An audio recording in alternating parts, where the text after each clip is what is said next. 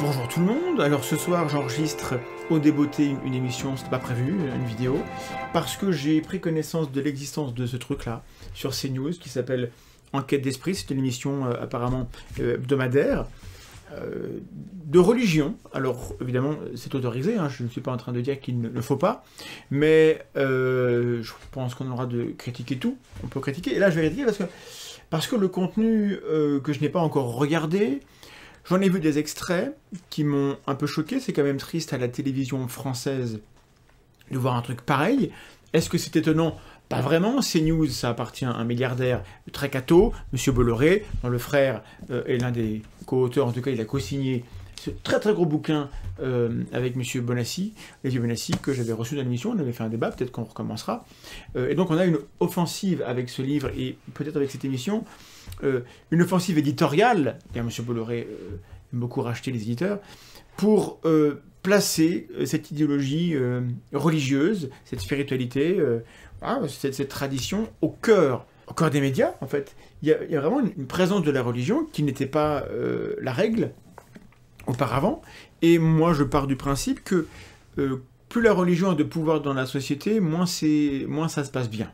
Hein. Plus ça se passe mal, tous les indicateurs anthropologiques de mesures de développement humain sont au diapason. D'ailleurs, j'en parle dans mon bouquin, moi, qui répond au leur, Dieu la contre-enquête, toute une partie comme ça qui s'intéresse à quelles sont les conséquences de la croyance. Au-delà de est-ce que Dieu existe ou pas, qu'est-ce que ça produit de bien ou de mal, la croyance en Dieu. Le bilan net, pas très positif, et d'ailleurs, je vous envoie vers l'émission de France TV / étiquette sur les athées et agnostiques, dont j'étais un invité, et qui est sorti il y a très peu de temps, et où je parle vite fait de ses conséquences. Bref, tout ceci pour vous dire que Enquête d'esprit a sorti un numéro. Je vous brosse rapidement ce qui s'est passé depuis la rentrée. Il y a eu 1, 2, 3, 4 émissions, ceci est la 5e. Dans l'ordre, éducation, 2000 ans d'expérience chrétienne, pour se lamenter du fait que l'école ne nourrit plus les âmes autant que la tradition chrétienne le faisait. Voilà. Le 18 septembre, c'était les trésors du patrimoine chrétien, avec en exemple le Puy du Fou. Puy du Fou qui est critiqué par les historiens pour être de la fiction pure et simple, un récit imaginaire d'une France qui n'a jamais existé.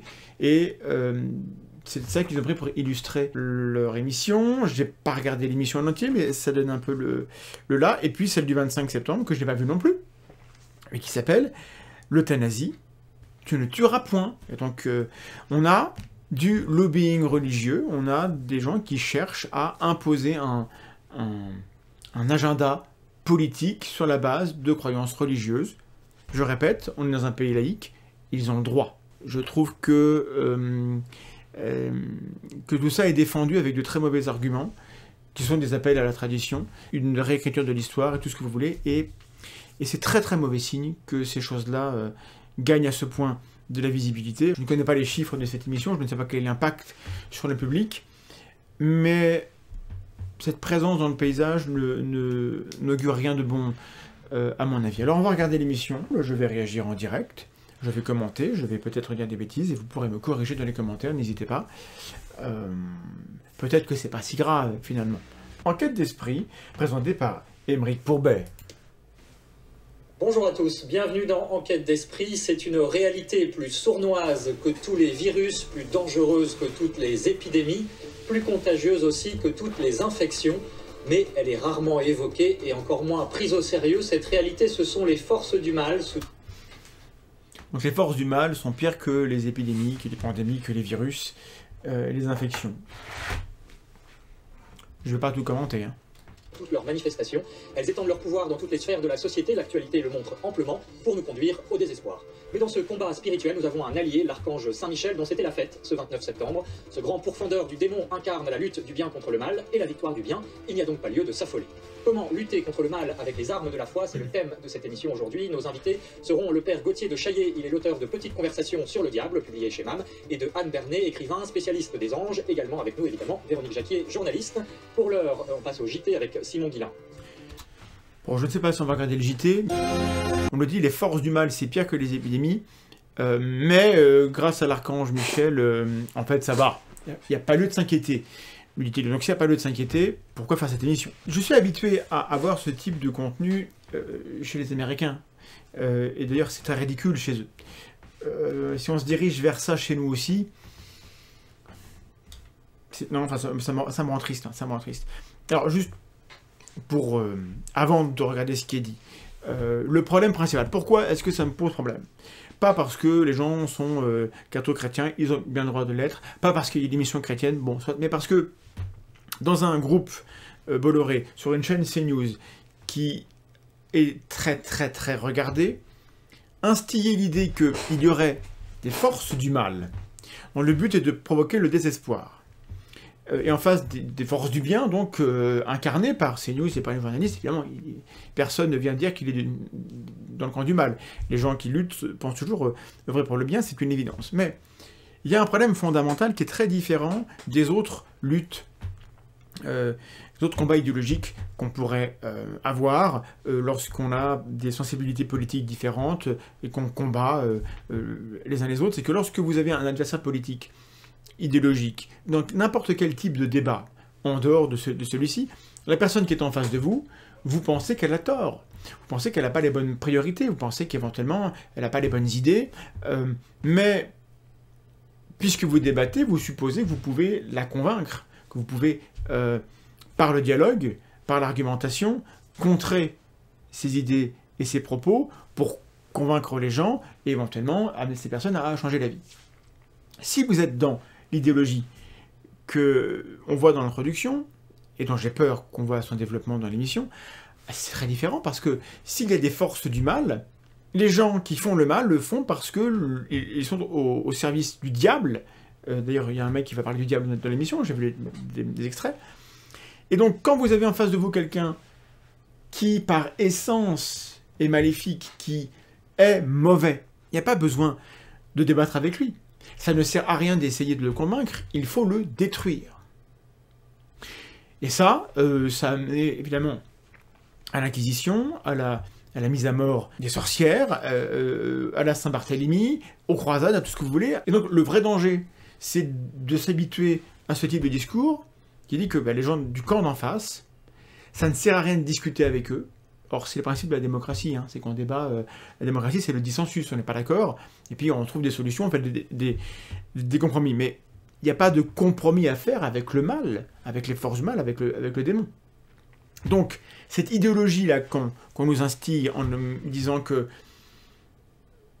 plus grave que les épidémies, c'est la présence et l'influence des forces du mal, on dit aux gens, ça ne sert à rien de débattre, oubliez la démocratie, il faut détruire ces gens. Et je ne m'attends pas à ce qu'ils le disent avec ces termes-là, bien sûr. Je ne suis pas certain que tous aient conscience de ça. Mais cette analyse-là, elle n'est pas non plus extrêmement compliquée. Je ne fais pas une interprétation de très loin. C'est les conséquences directes d'un tel discours. Et si ces gens n'en ont pas conscience, alors ils ne méritent pas d'avoir le pouvoir qu'ils ont d'être à la télé. Et comme ça, parce que bon, ma vidéo elle va durer un petit peu, mais cette émission-là, elle a une large audience, évidemment. Et c'est ça le problème. Si c'était des pecnos dans leur chambre, comme moi c'est un bureau, en train de faire des vidéos complètement allumées sur les forces du mal, sur la guerre intergalactique, sur la Terre plate, tout ce que vous voulez, bon on pourrait en rigoler un petit peu, souvent c'est ce qu'on fait, hein. Mais là, on est à un autre niveau, on est sur un niveau industriel, sur des grands médias, mainstream, avec beaucoup d'argent, beaucoup de pouvoir, et un discours... obscurantiste, médiéval, c'est arriéré à mort. Hein. Mais bon, ça c'est mon analyse générale sur le propos, tel que je le comprends. Et on va regarder en détail, peut-être en coupant un petit peu, et évidemment, j'espère que c'est moins grave que ça, et que je me suis trompé, et tout ira bien. Ne nous affolons pas. À l'occasion de la fête de l'archange Saint-Michel, nous parlons des anges et des démons. Comment lutter contre le mal et contre le diable? On en parle avec le père Gauthier de Chaillé. Bonjour mon père, merci d'être avec nous. Vous êtes prêtre du diocèse de Versailles, vous avez fait des études de théologie sur la question du diable justement, et vous en avez tiré cette petite conversation sur le diable chez MAM, très didactique. Ce sont toutes les questions que vous vous posez sur cette réalité spirituelle et le combat qui en découle, bien sûr, nous en parlerons. Avec vous Anne Bernet, bonjour, merci d'être avec nous. Vous êtes l'auteur de très nombreux ouvrages, spécialiste de l'histoire de l'Église, mais aussi de la spiritualité, en particulier cet ouvrage de référence sur les anges, Enquête sur les anges, qui sera réédité très prochainement en poche aux éditions Artege. Et puis avec nous Véronique Jacquier. Bonjour Véronique. Bonjour à tous. Vous nous parlerez de la lutte d'un très grand saint contre le diable. Il s'agit de Padre Pio, le plus grand saint italien contemporain, peut-on dire. Alors, en France, les lieux dédiés à l'archange Saint-Michel sont très souvent, presque toujours situés au sommet d'une montagne. On pense évidemment au Mont Saint-Michel, mais aussi à Saint-Michel d'Aiguille, au Puy-en-Velay, un piton rocheux spectaculaire, sans oublier à Paris l'église catholique Saint-Michel, dans le 17e arrondissement, où figure la même statue en haut du clocher que celle du Mont Saint-Michel. C'est un sanctuaire qui attire des milliers de personnes chaque 29 septembre, donc fête de l'archange Saint-Michel. Anne Bernet, première question pour vous, comment expliquer ce lien si particulier de l'archange Saint-Michel avec la France, et ce, depuis le 5e siècle, depuis Clovis en fait? En fait, parce qu'il y a une dimension extrêmement à la fois spirituelle et politique. Michel, c'était l'ange gardien du peuple d'Israël, celui qui devient ensuite le protecteur de l'Église, et à partir de la conversion de l'Empire romain, eh bien, cette protection accordée par l'archange à l'Église s'étend aux empereurs catholiques, c'est-à-dire à Constantin et à ses successeurs, et au moment de la chute de l'Empire romain, les rois francs vont simplement revendiquer cette protection de l'archange sur leur pays. Et ils vont l'obtenir, ce qui est toute la beauté de l'affaire. Les rois revendiquent la protection, bon ça d'accord, c'est peut-être un fait historique politique, et ils l'obtiennent. Cette dame nous dit que les rois francs ont obtenu la protection de l'archange Michel. Alors moi j'aimerais bien dire source. Hein. Père Gauthier de Chaillet, le Vatican lui-même a été consacré à l'archange Saint-Michel, c'était par le pape François en 2013, donc, et le pape François qui a, à de nombreuses reprises, en tout cas au début de son pontificat, parlé du diable. Hein. Ça veut dire que du point de vue de l'Église, on ne peut pas remettre en cause l'existence du diable, c'est un fait de foi d'une certaine manière? La pensée de l'Église, la théologie de l'Église a toujours parlé du diable, le Christ en parle lui-même très clairement, il lutte contre le diable. C'est pour nous une évidence de foi et un fait de révélation également de la Bible, qui fait que nous savons qu'il y a face à nous un adversaire contre lequel il faut fourbir nos armes, et on sait que Michel est là pour nous défendre, l'archange, comme on voit dans le livre de l'Apocalypse, est là pour combattre avec ses légions contre les légions du diable. Mais dans ces cas-là, moi je me demande toujours, est-ce que c'est des gens qui ont conscience, qui sont en train de discuter d'un truc comme les fans du Seigneur des Anneaux ou de Star Wars, de discuter de qui est le plus puissant entre Obi-Wan et Gandalf, ou est-ce qu'ils croient à la réalité, il y a quand même le mot réalité qui a été donné, à la réalité ontologique de l'entité, du personnage du diable. J'ai beaucoup de mal, moi, à prendre au sérieux les gens qui en parlent sérieusement. Mais s'ils existent, et s'ils ont accès à ces news, il va falloir qu'on accepte que ces gens existent. Hein. Donc l'Église le sait, le croit, et le pape François l'a rappelé plusieurs fois, jusqu'en 2018 récemment, où il a demandé qu'on prie la prière à Saint-Michel-Archange à la fin des messes, pour demander la protection contre les attaques au sein de l'Église. On en reparlera bien sûr, mais est-ce que véritablement ça reste une évidence, même au sein du clergé, où parfois on a tendance à minorer cette réalité spirituelle, voire à la nier? C'est difficile en effet, alors l'époque contemporaine se veut être l'époque du désenchantement du monde, quoi. Et donc on essaie de démythologiser, on a l'impression que le diable serait une espèce de figure artificielle, qui aurait été fabriquée pour expliquer la question du mal, une espèce de personnification du mal. Donc certains membres du clergé en effet sont sceptiques, et ont peur en tout cas d'une espèce de tendance à la réduction ad démonium, c'est-à-dire de toujours tout expliquer par le diable, ce qui est en effet un risque de l'ordre de la superstition. Donc il faut toujours être dans cet équilibre. Et certains du clergé sont dans le déséquilibre en rejetant le diable un peu vite, alors que... Ils sont déséquilibrés, ceux qui rejettent le diable un peu vite. Pour réussir à mettre à sa juste place, celle de l'adversaire vaincu. Mais quand on nie en quelque sorte son existence, on se prive aussi d'une certaine manière des armes pour lutter contre cette réalité du mal. Bien sûr, ça fait partie des adages qu'on a un peu en tête. On lutte mieux contre le mal dans le monde lorsqu'on croit que le diable existe, selon vous? On lutte mieux contre le mal lorsqu'on a conscience que le monde n'est organisé par personne et qu'on est tout seul face aux événements et qu'on doit, nous, collectivement, les êtres humains, prendre sur nous, poser des lois, créer des associations, des mouvements collectifs, des choses pour régler les problèmes sans attendre que ça vienne d'en haut. L'histoire nous montre que l'une des deux stratégies est plus efficace que l'autre. Hein.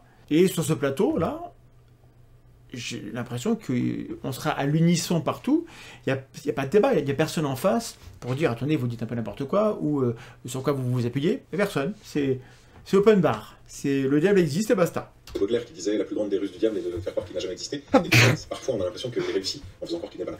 Alors Véronique, dans cette lutte contre le mal, contre le diable, nous avons un allié, Saint-Michel, et on l'a dit, son culte qui s'est répandu à travers toute l'Europe finalement dès le IVe siècle, et au point de former une espèce de ligne. C'est étonnant, mais regardez, ça va s'afficher sur la carte à l'écran. C'est très étonnant ce culte à Saint-Michel. Putain, c'est pas vrai. Bon, je vous renvoie vers le travail qu'on a fait sur la révélation des pyramides, puisqu'en fait là on a des alignements, alors c'est connu, hein, les sites qui s'appellent Saint-Michel, vous en avez un paquet, donc réussir à aligner, il y a certainement un petit delta, 1, 2, 3, 4, 5, 6, 7 sites Saint-Michel, c'est ce que le hasard peut produire. Et le hasard peut aligner des sites. Nous avons une vidéo sur la chaîne qui s'appelle L'Équateur penché, les cycles cosmiques. C'est une parodie du film de Patrice Pouillard et Grimaud sur les pyramides, où on vous montre qu'on peut aligner des sites assez facilement et raconter une histoire plus ou moins crédible sur la base de ce qu'on peut dire sur les sites qui se sont alignés. Vous pouvez aligner plein de trucs sur une carte. Donc je ne sais pas ce qu'ils vont en dire dans cette carte, mais ça ne veut absolument rien dire. On peut s'en étonner, on peut dire c'est marrant, voilà, ça peut être une anecdote. Mais qu'est-ce qu'ils vont en faire de cette information, comme quoi il y a des sites dédiés à Saint-Michel qui sont alignés? Oui, il existe une ligne imaginaire qui unit 7 monastères de l'Irlande jusqu'au mont Carmel à Haïfa en Israël. Alors le premier monastère sur une île déserte au sud de l'Irlande où Saint-Michel serait apparu à Saint-Patrick. Deuxième monastère au sud de l'Angleterre en Cornouailles. La ligne se dirige ensuite vers le mont Saint-Michel en France, puis vers Saint-Michel de la Cluse en Italie dans le Piémont. Le cinquième monastère se situe dans les Pouilles à Monte Gargano. La ligne touche ensuite la Grèce et le monastère orthodoxe de Synie pour finir au mont Carmel, donc en Israël. Alors sur les 7 monastères, 4 ont été construits sur des lieux d'apparition de Saint-Michel. Ce qui est étonnant, c'est que cette ligne s'aligne parfaitement avec le soleil levant du solstice d'été. C'est Bon, d'accord, donc c'est étonnant. Il y a un aspect astronomique en plus, d'accord. Je ne vais pas aller vérifier, je n'ai pas les compétences pour vérifier. S'aligne parfaitement, évidemment, il faut toujours se demander dans quelle mesure c'est parfait. Même mon index a coupé que c'est pas si parfait que ça. Hein. Quand même incroyable. Quand même incroyable, et puis alors, ce qui est très surprenant... Ce qui est très surprenant, c'est que les 3 sites principaux, le mont Saint-Michel, Saint-Michel de la Cluse et Monte Gargano, donc les 2 derniers en Italie, sont équidistants. Selon la légende... Putain, c'est vraiment du discours de numérologie qu'on a sur les fadaises des pyramides, c'est la même chose. D'accord, je pensais pas qu'on allait dans cette direction. Cette ligne représente le coup d'épée que l'archange Saint-Michel assène au diable pour le renvoyer en enfer. Voilà, et donc ça dépasse effectivement les frontières de l'Europe. Anne Bernet, 2 choses peut-être à noter. D'abord, ils sont contents, ils balancent ça, et c'est une journaliste hein, quand même, la dame qui est là. Protection de Saint-Michel sur l'Europe. Et puis la deuxième chose, c'est que ce sont des sanctuaires qui ont été érigés sur des lieux païens à l'origine. Je crois qu'il faut commencer par là, effectivement. Ce sont des sanctuaires qui ont été élevés pour le mont Gargan, c'est 492, pour le mont Saint-Michel, c'est 607, à une époque où le paganisme reste actif. Officiellement, l'Europe est christianisée, catholicisée, mais il y a un abîme entre la catholicisation officielle et les pratiques populaires. Or, c'est justement contre le maintien de ces cultes démoniaques que l'archange va agir. Et il va agir en frappant, j'allais dire, là où... Donc le paganisme, ce sont les cultes démoniaques, et avant on nous a dit que c'était le mal. Le diable c'est le mal, les forces du mal qui produisent le désespoir. Donc là on a un discours qui dit que hors de l'église, pas de salut. Ça fait mal, c'est-à-dire sur des hauts lieux qui sont consacrés de toute éternité à des dieux solaires, donc à des incarnations du malin. Le mont Gargan, en Italie, dans les Pouilles, est un ancien sanctuaire de Mitra. Mitra est un dieu solaire, qui a été longtemps mis en exergue par les païens pour lutter contre le Christ. Le mont Saint-Michel est un sanctuaire de Lugde, le dieu gaulois, ou Bélénos, c'est le même. Et pour ce qui est de la Cluse, c'est probablement la même chose. Nous avons un sanctuaire des hauts lieux, donc un sanctuaire des dieux solaires. Mais il faut absolument éradiquer cette présence du démon de ces hauts lieux, et Saint-Michel se charge de venir faire lui-même le travail. C'est bien dans cela qu'il étend cette protection puissante sur une Europe qui se veut catholique et qui se veut donner au Christ et non plus aux puissances des ténèbres. C'est compliqué de savoir si elle est juste en train de raconter une analyse, de traduire le sentiment de l'époque et des gens qui ont nommé ces lieux, ou si elle y croit. Et donc, par charité, je vais lui accorder le fait qu'elle ne croit pas ce qu'elle dit, elle rend compte de l'idéologie derrière la toponymie de tous ces sites. Parce que si c'est pas ça, c'est trop effrayant. Soyons charitables, hein, tous, hein, autant qu'on peut. Est-ce que ça marche? Parce que on peut dire que c'est un peu comme la mauvaise herbe, ça repousse sans cesse, et on voit bien aujourd'hui ressurgir justement certaines formes de paganisme, de sorcellerie même, on en a parlé dans le monde du football récemment, enfin je veux dire, voilà, est-ce que véritablement cette protection est efficace? On peut se poser la question. Toute l'histoire du salut se déploie dans une continuité perpétuelle jusqu'à la fin des temps. Et donc le Christ a gagné, les anges nous aident à mener le combat, et on sait que le combat continue. Et ce sera sous des formes différentes selon les époques. On vient de parler de... Le Christ a gagné, donc le combat continue. C'est une parfaite logique religieuse. je suppose. Des éléments de l'histoire parfois lointaines, avec les cultes païens, des figurations des dieux solaires qui évoquent donc le diable, on appelle Lucifer le porteur de lumière, et à l'inverse Saint Michel, qui veut dire qui, le nom Michel, Michael, qui veut dire qui est comme Dieu, donc qui va au contraire rappeler qui est Dieu. Donc ça c'était à cette époque-là, et puis aujourd'hui ce sera autre chose, on parlait de magie, on peut parler de culte de l'image, on peut parler de tout un tas de choses. Le combat va dans des lieux différents selon les âges, il continue, et on sait qu'au terme, seulement au terme, le combat sera terminé. Mais tant que l'histoire se déploie, le combat continue. Et le combat, il continue de manière extrêmement concrète. Je vous propose de nous rendre au Sable d'Olonne, où récemment, dans les dernières semaines et derniers mois, une statue de Saint-Michel a créé une polémique, a été contestée, même son emplacement. Le rappel des faits, regardez. Rapidement, voici le rappel des faits. Lorsqu'une école privée doit être démolie, une statue présente dans son enceinte depuis 1935 est installée sur une place de l'espace public de la commune et fait l'objet d'une bénédiction par un prêtre. L'association de la libre pensée rappelle que la loi de 1905 interdit de dresser des emblèmes religieux sur la place publique. La justice lui donne raison. La Cour a, je cite, constaté que le personnage de Saint Michel, chef de la milice céleste des anges du bien, fait partie de l'iconographie chrétienne et présente de ce fait un caractère religieux. Réaction les uns les autres sur cette... pourquoi tant de haine, Anne Bernet? On peut se poser la question contre... Si jamais il s'était agi d'un symbole religieux d'une autre religion que chrétienne, ils seraient les premiers, c'est souvent les premiers, à dire qu'ils n'en veulent pas sur la place publique, que ça n'a pas sa place, etc. Et là, ils parlent de haine, alors que c'est juste un principe de laïcité, parce que si on autorise ça, dès qu'on autorise ça, la religion, elle prend beaucoup plus, évidemment. Donc l'angle de la haine, pourquoi tant de haine? C'est parce que ce sont des méchants. Une pauvre statue de Saint-Michel qui n'a fait de tort à personne. Il y a double illogisme, parce que, ou bien vous pensez que Dieu n'existe pas, donc le diable et les anges non plus, et dans ce cas-là, pourquoi prêter tant d'attention à une statue qui finalement n'est rien d'autre qu'une œuvre d'art dans l'esprit de ces personnes? Et puis, dans ce cas-là, il faut aller au bout de la logique, parce qu'il y a une autre statue de Saint-Michel qui est dans l'espace public, au beau milieu de Paris. Si on n'est pas croyant, alors on n'a pas à s'offusquer de cette statue parce qu'elle n'est qu'une œuvre d'art. Mais non, parce que quand on n'est pas croyant, on comprend la force des symboles, malgré tout, et on comprend l'importance de respecter l'espace public.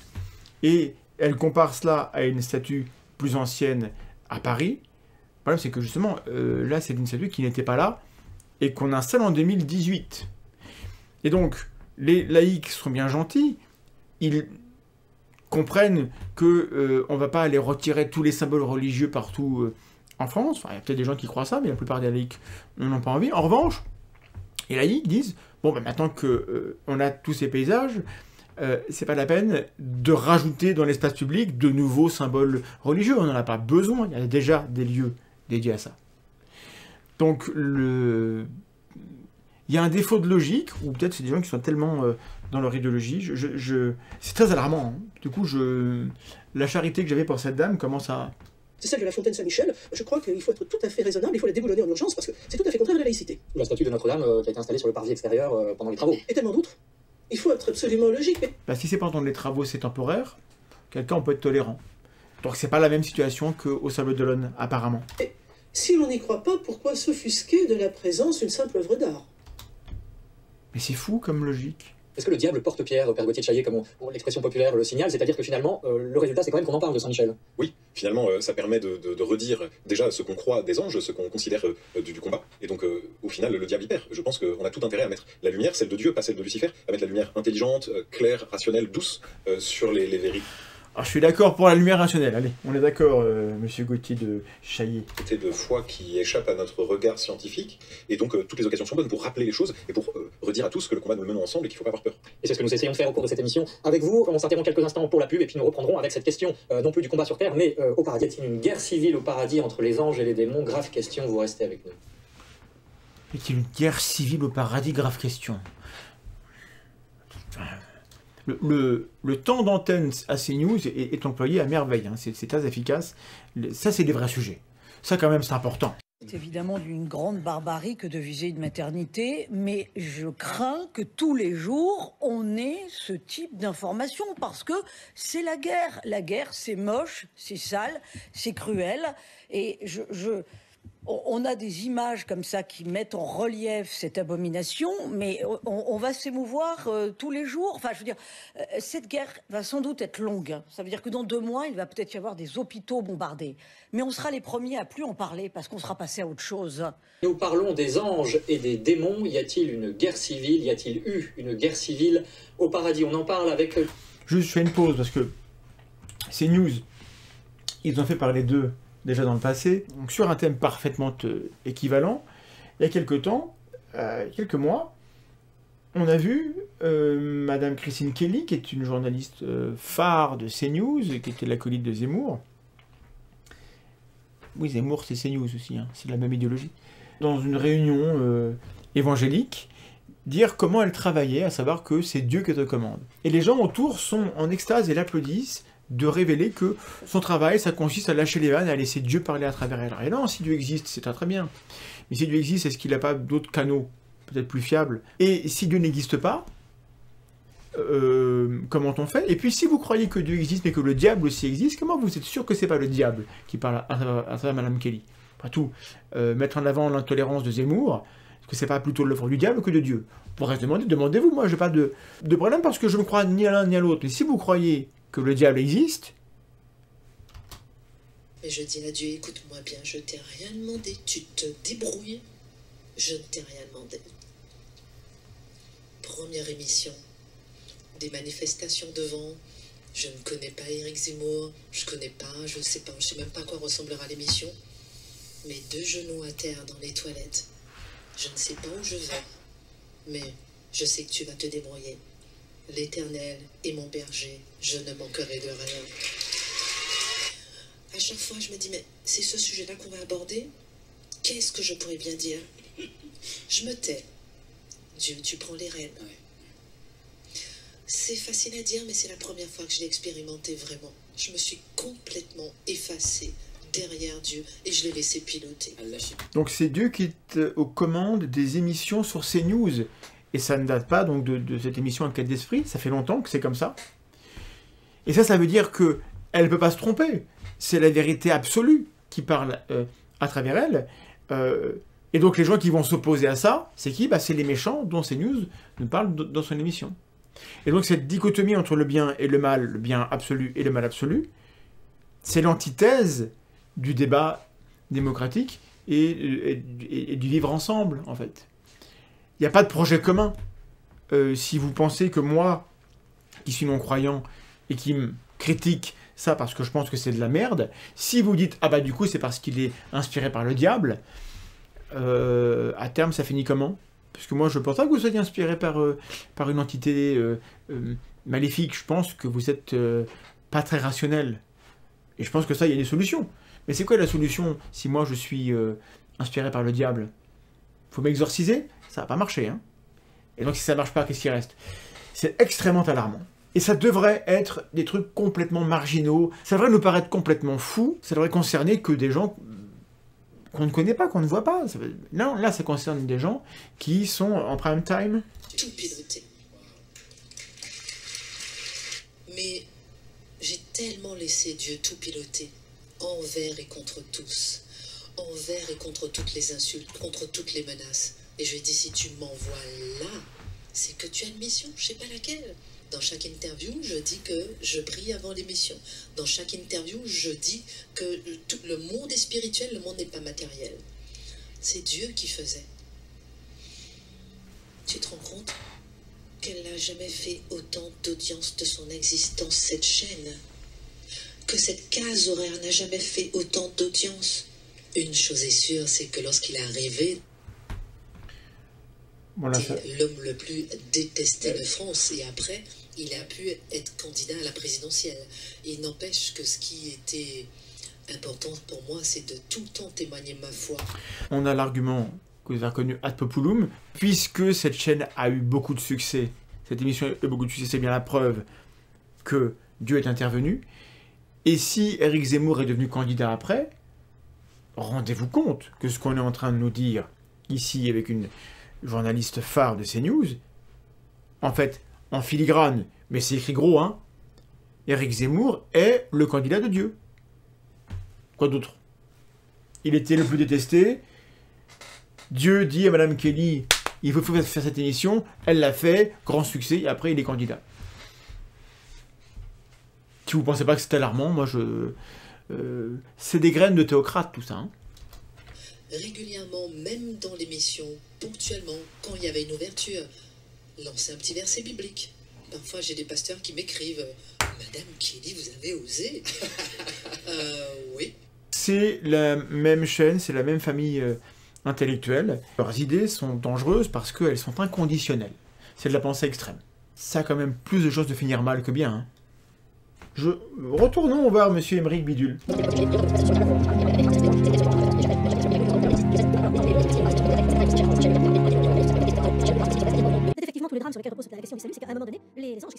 Je vous épargne la séquence qui suit, où la dame raconte la rébellion de Lucifer, comme si vous y étiez, avec les légions, des démons et des anges, leur nature, leurs actes, etc., sans conditionnel, sans distance, parce que ce qu'elle nous raconte, apparemment, c'est la réalité. On va quand même relever 2-3 petites incohérences, qui rappellent que tout cela est pure fadaise, et qu'on est sur un plateau de CNews où ça ne dérange personne. Et là encore, ça sonne comme ce qu'on peut entendre dans une convention de fantasy, les gens qui glosent sur les états d'âme des Targaryens ou des Stark, et ces gens-là savent très bien que ce sont des personnages de fiction. Et la dame qui parle, je me demande si elle croit à la réalité de l'existence de Lucifer, de Michel, etc. Tout est là d'indiquer que oui, et ça c'est un peu effrayant. C'est très important que cette émission nous rappelle que c'est des gens comme ça, des gens qui pensent comme ça, existent.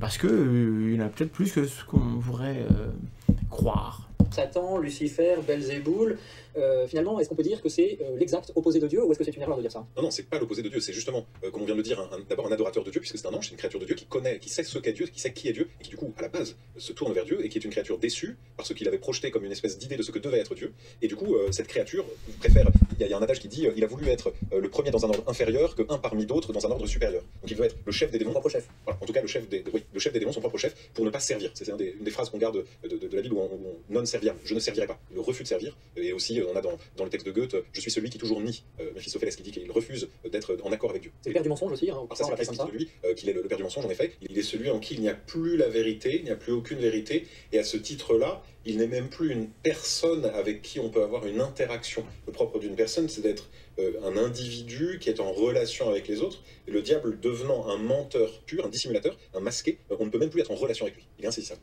Anne Bernet, quand vous parlez comme ça de la guerre civile entre les anges, que vous donnez le chiffre de 1/3 d'anges déchus, finalement, d'où vous tenez ces informations?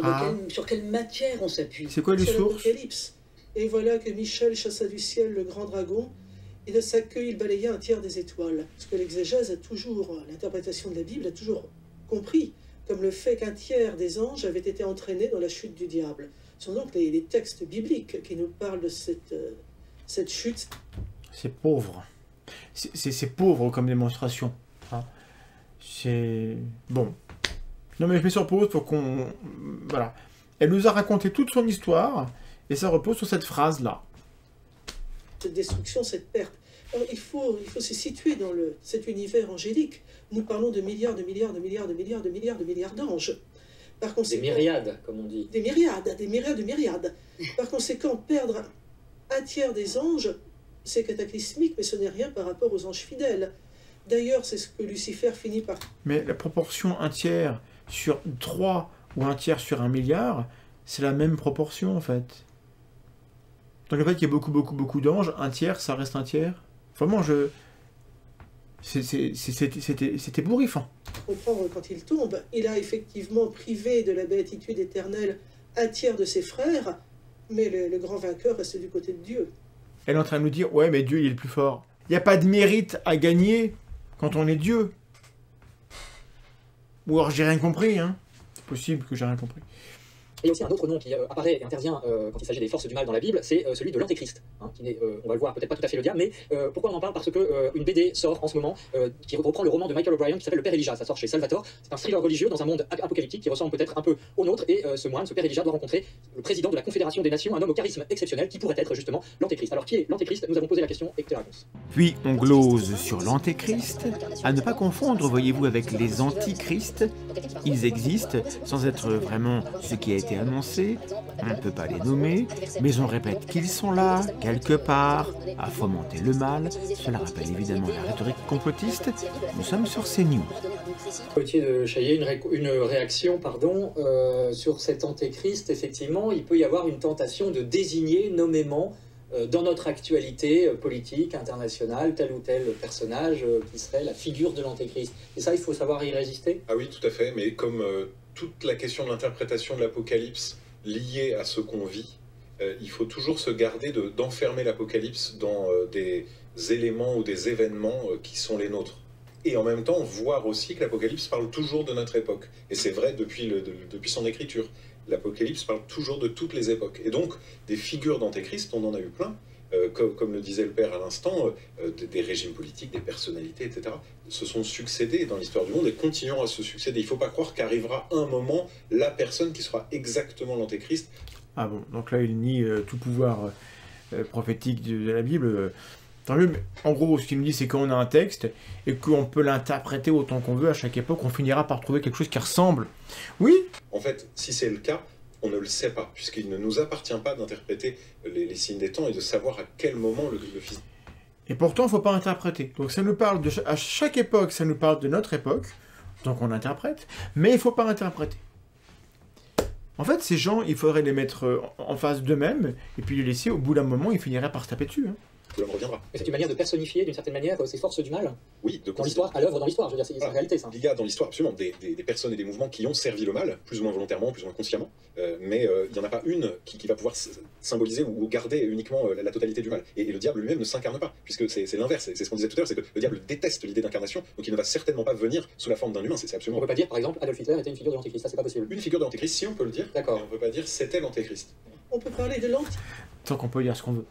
C'est bien. Non, c'est pratique. Christ, d'ailleurs, on fait ça nous amène aussi, cette bande dessinée qui paraît, et puis ces romans de Michael O'Brien, hein, qui s'est beaucoup inspiré justement de l'Apocalypse, c'est aussi une réflexion sur la fin des temps, et on voit bien aujourd'hui, Anne Bernet, qu'il y a une multiplication de prophéties plus ou moins sérieuses, apocalyptiques. Qu'est-ce que ça révèle de notre temps? Une immense angoisse. Je suis extrêmement frappé, surtout... On bigote sur la supériorité de l'Évangile comparé aux prophéties de fin du monde des païens, et on se permet de juger que ceux qui pensent autrement sont fous. Des gens parfaitement intégrés dans la société, qui se nourrissent littéralement, qui boivent ça comme du petit lait, au lieu de prendre l'évangile, de prophéties plus ou moins délirantes, plus ou moins fiables, plus ou moins récentes. Je vois des gens qui donnent l'impression par moments de perdre réellement la tête. Pour l'amour du ciel, faites confiance, que dit l'évangile, quand ces choses-là commenceront d'arriver, relevez la tête car votre libération est proche. Et j'ai l'impression que nous sommes entourés de gens qui ont totalement perdu cette dimension. Perd un peu la tête. Le christianisme recule et donc le paganisme avance, paganisme existentiel. Finalement, ces angoisses sont liées à une resurgence du paganisme avec ses côtés diaboliques d'ailleurs, peut-être. Peut-être aussi parce que l'Église ne parle plus suffisamment des fins dernières, de la lutte des derniers temps, des démons. Il y a une peur du démon, nous le disions tout à l'heure, on en a fait une sorte de dieu du mal, d'une puissance ténébreuse, un contre-dieu en quelque sorte. Non, c'est une créature parmi les autres et qui de surcroît a été écrasée une fois pour toutes. Et horreur pour elle et abomination écrasée sous le pied de Notre-Dame, cette mère de Dieu, cette mère de l'inincarné, cette mère de l'incréé qui normalement ne devrait pas l'écraser. Pour le diable, il n'y a rien de pire que d'être écrasé sous le pied d'une créature. Qu'est-ce que vous nous faites chier à faire une émission sur les dangers du mal, alors que ça fait 2 fois que vous nous dites qu'il a été vaincu une fois pour toutes? Le contenu de votre émission, on n'a pas besoin d'avoir aucune culture autour, le contenu de votre émission détruit le contenu de votre émission, les gens. C'est très navrant, c'est très gênant. Je suis désolé pour vous, mais faut pas faire ça, enfin, c'est bête, c'est bête. Dieu veut que nous soyons lucides, réalistes, et que nous soyons à notre place. C'est précisément la meilleure manière de lutter contre le diable que d'être à sa juste place. Mais tout le problème est là, c'est que vous ne faites pas suffisamment confiance à Dieu, vous ne l'aimez pas suffisamment, vous le croyez capable de vous faire du mal. C'est toute l'astuce des démons de vous laisser croire que votre Père est mauvais et qu'il pourrait vous vouloir du mal. Alors on va se rendre à présent à l'accueil Saint-Michel. C'est le premier centre... Et puis après, on fait un tour chez un exorciste et on le prend au sérieux quand il parle de troubles démoniaques. Tout va bien, nous sommes sur CNews. Mais si c'est l'heure du trouble démoniaque, il faut le rituel de l'exorcisme. Et là, on s'adresse directement au démon. Quel est le rôle d'un exorciste? Il dit au démon, tais-toi. Il dit au démon, je te l'ordonne, sors de cette personne. Il s'adresse directement à l'esprit démoniaque ou aux esprits démoniaques. Et le fait de s'adresser à ces démons, ils obéiront. Parce qu'ils obéissent à travers la liturgie de l'Église au Christ. Donc, les personnes seront libérées. Voilà, le père Jean-Pascal Duc. Ah, c'était un sujet intéressant, ça, c'était... Voilà. Finalement, les démons, ils sont obéissants. Père Gauthier de Chaillet, une réaction là-dessus. Ça veut dire que le démon doit obéir à un homme, un prêtre. C'est incroyable. Ça veut dire que la victoire, quelque part, est quasi certaine, ou certaine tout court. Est certaine, et il obéit pas tellement au prêtre, il obéit à l'Église, il obéit au Christ. Et c'est quelque chose qui est connu par tous ceux qui fréquentent les puissances ténébreuses d'une manière ou d'une autre. Vous voyez, l'autre jour, j'ai quelqu'un qui est venu me voir dans ma paroisse, qui n'est pas chrétienne, qui fait du magnétisme, et qui s'est trouvé en lutte contre des forces des ténèbres, et ses professeurs lui ont dit « va voir un prêtre », alors qu'ils ne partagent absolument pas notre foi, mais ils savent que nous avons, par l'Église, un pouvoir sur le diable. Le Christ l'a bien dit. Waouh. Qu'est-ce que... Mais j'avais même pas besoin de commenter. On nous dit le diable existe, et nous on est les plus forts, et nous il nous obéit. Nous on est la maison mère. On a les bons codes, on a les passe-droits, et nous on peut...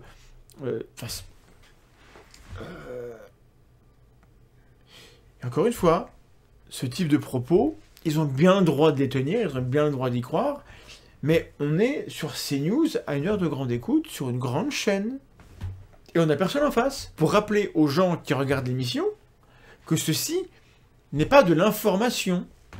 Ceci est de l'endoctrinement, du prosélytisme, c'est du prêche. Ils sont en train de prêcher la réalité des personnages écrits dans les livres qui sont sacrés pour eux. Ça n'est pas de l'information, il n'y a pas de contradiction. Il y a donc une population qui peut être impressionnée de se dire « Ah bah si on nous dit ça comme ça à la télé, des gens sur un plateau, ça peut pas être n'importe quoi s'ils le disent. » Est-ce que vous constatez dans votre ministère, au jour le jour, l'action du démon? Ah mais je le vois dans la vie et nous le voyons tous. Il faudrait leur demander, mais ok, mais vous avez un exemple? Vous êtes sûr que c'est le démon? Là, c'est le démon qui agit. Comment on le sait? Évidemment, la question n'est pas posée. Enfin, on verra bien. Je pense que la question ne sera pas posée. Évidemment, on n'aura pas la réponse. Parce que ce serait être un petit peu trop précis. Et le diable est dans les détails. 90% des appels concernent des gens qui sont psychologiquement perturbés, mais 10% concernent effectivement des personnes malheureusement possédées. Est-ce que... Alors donc on a un chiffre. 10% des personnes qui appellent sont vraiment possédées. Comment on le sait? Comment on distingue quelqu'un qui est psychologiquement atteint et quelqu'un qui est vraiment possédé? Pour pouvoir l'affirmer comme ça, sur un plateau, quand on est journaliste, il faudrait avoir des preuves qui reposent sur une méthodologie. Évidemment qu'il n'y en a pas. Évidemment qu'il n'y en a pas. Vous le savez comme moi, et je pense que même la personne qui le dit, on a vaguement conscience qu'il n'y a pas de méthode pour le faire. Mais ça ne les empêche pas de le dire. Et parce que ces gens ne s'empêchent pas de parler alors qu'ils savent que ce qu'ils disent ne repose sur aucune méthodologie, alors ce sont des gens dangereux lorsqu'ils prétendent informer les autres. Mettez-les dans une église, retirez le mot news, et mettez que c'est le jour du Seigneur ou ce que vous voulez. Faites-en une émission religieuse. Je serai moins énervé. Porte d'entrée, c'est justement le relativisme au mal. C'est-à-dire qu'on vit dans un monde où le péché n'existe plus, et donc on ne sait même plus que des cas de possession font partie, malheureusement, du quotidien. Anne Bernet. Il y a beaucoup de... Sachez que les cas de possession font partie du quotidien. Ben, c'est dit, c'est acté, c'est une information. Peut-être aussi le fait que de moins en moins de gens soient baptisés, qu'on soit de plus en plus éloigné de la foi et des sacrements, ce qui fait que, ben oui, on ouvre des portes, et à partir du moment où vous ouvrez les portes, eh bien vous prenez des risques sérieux. On ne joue pas avec les forces occultes. Le démon, ce n'est quelqu'un qui n'est dangereux que si vous allez vous frotter à lui. Mais beaucoup de gens se trompent et pensent qu'ils ont affaire à un ange de lumière. Il est très doué pour ça. Une histoire que j'aime beaucoup, c'est celle de... Eh oui, il est très doué pour ça. Il est tellement doué pour se passer pour un être de lumière que c'est peut-être ce qui s'est passé avec Madame Kelly, journaliste qu'on a vu tout à l'heure. Comment est-ce qu'elle sait que la personne qui lui parle, c'est pas le diable? Si elle ne s'est pas posé la question, elle devrait le faire. Gemma Galgani, qui est morte en 1905, c'est pas si vieux que ça. Elle voit son ange gardien, elle voit les anges, mais elle voit aussi les démons, à tel point qu'elle a de plus en plus de mal à les distinguer. Et Gemma, un jour, se trompe, elle crache à la figure de son bon ange. Et elle s'en rend compte, elle est consternée. Et à la place du crachat, il y a une rose blanche splendide avec des lettres d'or. Il est écrit dessus « Ne t'inquiète pas, on reçoit tout de l'amour ». Ça résume assez bien ce que c'est que l'amour des anges pour les créatures et pour le Créateur. Tout le monde trouve ça parfaitement normal. Et c'est ça le problème, parce que cette dame, elle peut bien croire ce qu'elle veut, elle a écrit un bouquin sur les anges, on l'invite pour ça, je lui en veux pas, elle est dans son rôle, mais on est dans une émission où les gens trouvent parfaitement normal ce qu'elle dit, et tout va bien. Et c'est ça qui n'est pas normal. On va s'intéresser à un prêtre italien du XXe siècle, extrêmement célèbre. Il s'agit de Padre Pio, qui, toute sa vie, a eu maille à partir avec le démon. Racontez-nous cette histoire étonnante. Comme tous les grands saints, le curé d'Ars et d'autres saints ont toujours été attaqués par le diable. Gilbert Bourdin faisait la guerre aux extraterrestres, aux démons, comment il les appelait? Des lémuriens, je crois. Il se battait avec des milliards de lémuriens chaque nuit. Et pourtant, Gilbert Bourdin, de la secte du Mandarum, pas reconnu comme un saint par ces gens, donc il est même reconnu comme un illuminé, un fou furieux, un gourou, quoi. Et comment on fait la différence entre Gilbert Bourdin qui se bat contre des créatures néfastes et qui en fait est un taré de gourou manipulateur, et quelqu'un qui serait vraiment en guerre contre les forces du mal? Comment on fait la distinction? Voilà, je pense que c'est la bonne réponse, on ne sait pas, c'est juste parce qu'on a envie. Ensuite, on consacre quelques minutes à Padre Pio, un prêtre italien qui a porté les stigmates du Christ et annonçait se battre en solo contre le diable, un homme qui bénissait des fascistes en 1920. Le Saint-Office lui-même considérait cet homme comme un phénomène de cirque et un imposteur. Mais sur CNews, on raconte comment il faisait fuir le diable en invoquant le nom de Marie et de Jésus. Alors le Padre Pio, il donnait des conseils pour vaincre le démon. C'est-à-dire que non seulement il se faisait attaquer, mais évidemment il disait « n'ayez pas peur, on peut lutter contre ». Et il le comparait à un chien enragé attaché à une chaîne. On nous a dit que le démon était vaincu, qu'il n'y avait aucune chance pour qu'il gagne, et on fait l'éloge d'un type qui se battait contre le démon, alors qu'il n'y avait aucun danger, vu que le démon, la logique, voudrait avoir ces gens au téléphone pour les engueuler un peu. Au-delà de la longueur de la chaîne, il ne peut mordre personne, disait Pio, donc il suffit de garder ses distances et surtout de ne pas vouloir le laisser entrer. Toujours cette idée de ne pas lui ouvrir la porte. Il ne s'occupe que des personnes qui lui ouvrent la porte de son âme. Alors, Padre Pio était régulièrement frappé, jeté par terre par le diable, et il disait... Le diable ne s'attaque qu'à ceux qui lui ouvrent la porte. Phrase suivante, et le mec... Padre Pio se faisait frapper par le diable. Alors, je sais pas, il était dans une relation incestueuse, c'était une affaire de couple compliquée. Il n'y a aucune consistance dans ce que vous racontez. Donc, le Padre Pio disait ce que vous avez dit, Père Chaillet, c'est-à-dire toujours se tourner vers Dieu, ne pas avoir de complaisance pour le mal, parce que le boucan, ça signifie qu'effectivement, on se tourne vers Dieu. Enfin, l'autre moyen très sûr, c'est la prière. Padre Pio racontait cette histoire incroyable, et Padre Pio n'était pas disert, c'est-à-dire qu'il n'étalait pas toutes les choses absolument impressionnantes qui lui arrivaient. Il raconte qu'un jour qu'il est au confessionnal, un étranger grand, mince, extrêmement élégant, extrêmement courtois, s'agenouille et lui raconte des horreurs et des actes absolument horribles commis contre les hommes et contre Dieu. Et chaque fois que le Padre Pio lui dit comment se corriger, la personnalité en question justifie ses actes en rendant avec beaucoup de malice ses fautes totalement insignifiantes et comme naturelles. Alors là, le Padre Pio se dit, mais à qui j'ai affaire? Qui est cette personne en face de moi? Et il reçoit une lumière intérieure parce qu'il commence quand même à sacrément se poser des questions et il comprend qu'il a affaire au diable et donc il est épouvanté parce qu'il n'est pas question, bien entendu, de lui donner l'absolution. Tout à l'heure, on nous disait que le diable,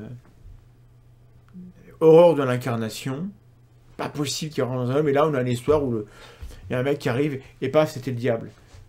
Je sais pas.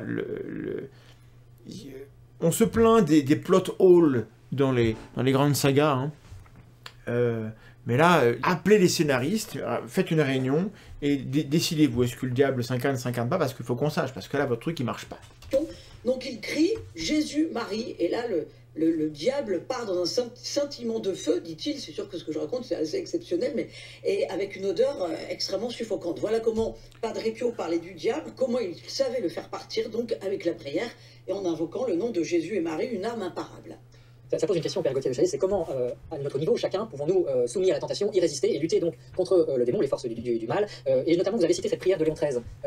On va voir un extrait à l'écran, Saint-Michel Archange, hein, prière à Saint-Michel. Défendez-nous dans le combat, soyez notre secours contre la malice et les embûches du démon. C'est extrêmement important et efficace cette prière pour lutter justement contre cette tentation. Il faut appeler la défense, il faut appeler les saints anges à nos côtés, il faut appeler le Seigneur, il faut dire le nom de Jésus, le nom de Marie. Et puis il faut aussi choisir de ne pas être familier du mal.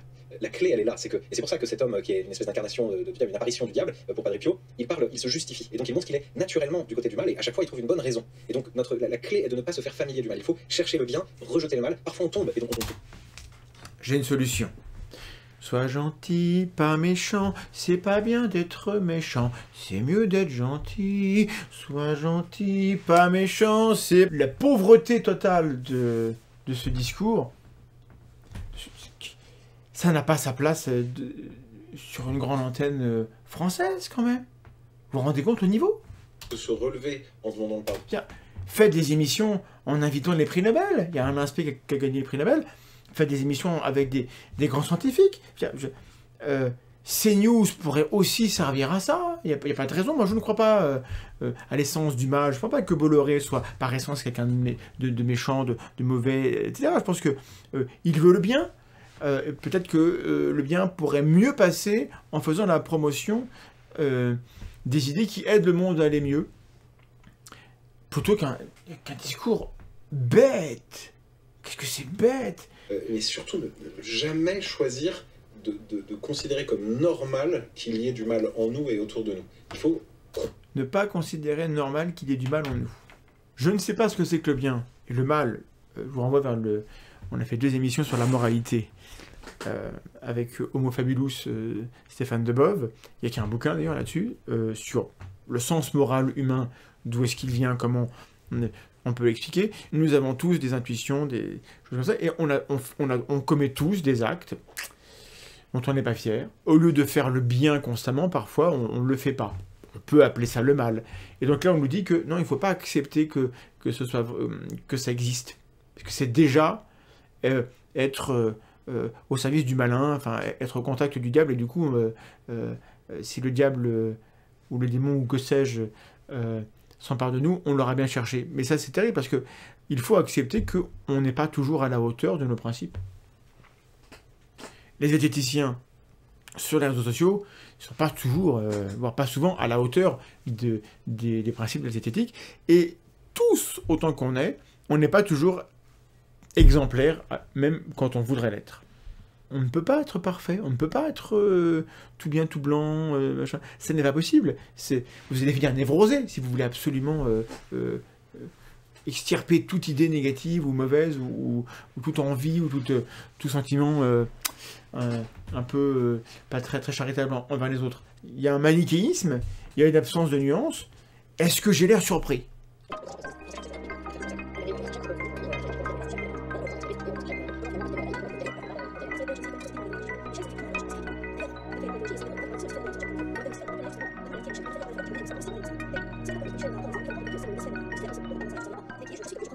La première réaction des esprits angéliques, disent les théologiens, c'est de penser que devant le blasphème de Lucifer, je monterai jusqu'au trône de Dieu, je le chasserai, je prendrai sa place.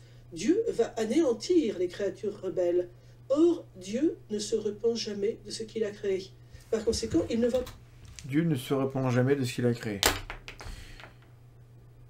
Genèse 6, 6 et 7. L'Éternel se repentit d'avoir fait l'homme sur la terre, et il fut affligé en son cœur. Et l'Éternel dit, « J'exterminerai de la face de la terre l'homme que j'ai créé, depuis l'homme jusqu'au bétail, aux reptiles et aux oiseaux du ciel, car je me repens de les avoir faits. » Or, Dieu ne se repent jamais de ce qu'il a créé.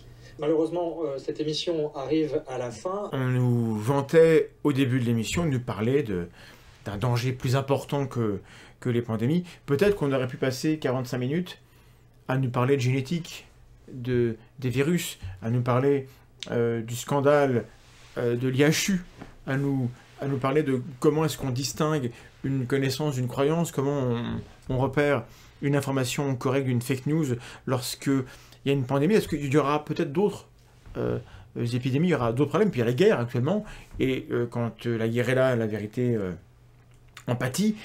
Ce temps-là d'antenne aurait été très utile pour ça, mais on préfère nous faire du catéchisme. Je pense vraiment qu'il est important de dire, un peu comme disait monsieur le curé Chaillet, que ça n'est pas normal en fait. Ne nous familiarisons pas trop avec ce type de contenu, c'est pas normal que ce type de contenu soit là, et si j'ai que ça à dire, je veux juste marquer le fait que je trouve que ce type de programme est anormal, il ne faut pas que ça devienne normal. De France catholique qui consacre sa une et tout un dossier au danger de l'occultisme, voyance, astrologie. À bas la voyance, à bas l'astrologie, à bas les guérisseurs et vive l'exorcisme. Guérisseur, hein, donc on a commencé à faire une ébauche du sujet sur ce beau plateau, mais ça ne suffit pas, il faut vraiment lire le dossier ou aller évidemment sur france-catholique.fr. Merci à vous d'avoir suivi cette émission qui touche à sa fin. Plus long sur celui dont elle parle que les affirmations. Pourquoi donne-t-on la parole à des gens qui délirent et se contredisent dans une parodie de journal télé? Si le diable existe, je m'attends à ce qu'il raffole de tout ce qui crée de la confusion, qui attise la peur, qui incite chacun à rechercher des méchants autour de lui. Si le diable existe, ces gens travaillent pour lui. Ont-ils la preuve du contraire?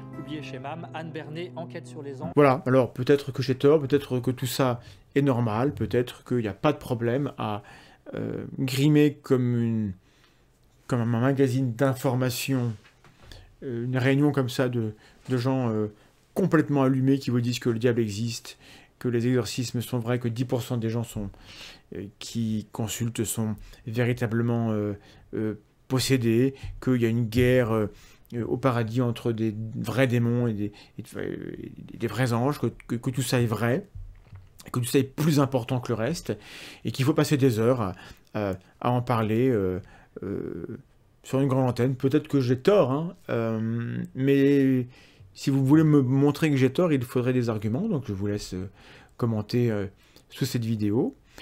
Si vous êtes aussi choqué que moi par ce que vous voyez ici, c'est pas la peine de vous répondre en injures dans les commentaires, ça ne servirait à rien. N'insultez pas les gens qui sont critiqués ici, critiquez-les.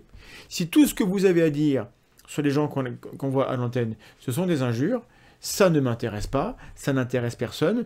Un commentaire, ça sert à commenter, à partager une opinion, partager une ressource, à partager une réflexion, un argument. Alors faites ça, et puis partagez la vidéo si vous pensez qu'elle est utile. Si jamais cette émission devait reproduire ce type de contenu, il faudrait qu'en face on ait des... Je ne sais pas, est-ce qu'il faut résister à ça, est-ce qu'il faut réagir? Franchement, je suis... ça me paraît surréaliste, voilà. J'ai encore du mal à croire que des gens croient vraiment ce qui a été dit dans cette émission. Et c'est une preuve de charité de ma part. Je pense que vraiment les gens, y compris eux, valent mieux que les phrases qu'ils ont prononcées. Et par conséquent, c'est très encourageant. On peut sans doute les convaincre d'arrêter et de faire mieux. Plutôt que de partir du principe qu'ils sont condamnés, que essentiellement, voilà, ils sont porteurs de quelque chose de mauvais qu'il faut détruire. Parce que je pense, c'est pas mon propos, je pense au contraire qu'on doit pouvoir les convaincre. Mais j'ai pas dit que ce soit facile. Donc, plus que jamais, chers amis, faisons attention aux idées que nous acceptons de mettre dans notre tête. Évidemment, les idées les plus brillantes, les plus sympathiques, les plus séduisantes, celles qui vous choquent quand vous êtes à genoux, désespérés, et que vous espérez des réponses, et qui vous séduisent, sont certainement, qu'elles soient vraies ou fausses, potentiellement les plus dangereuses. Abonnez-vous.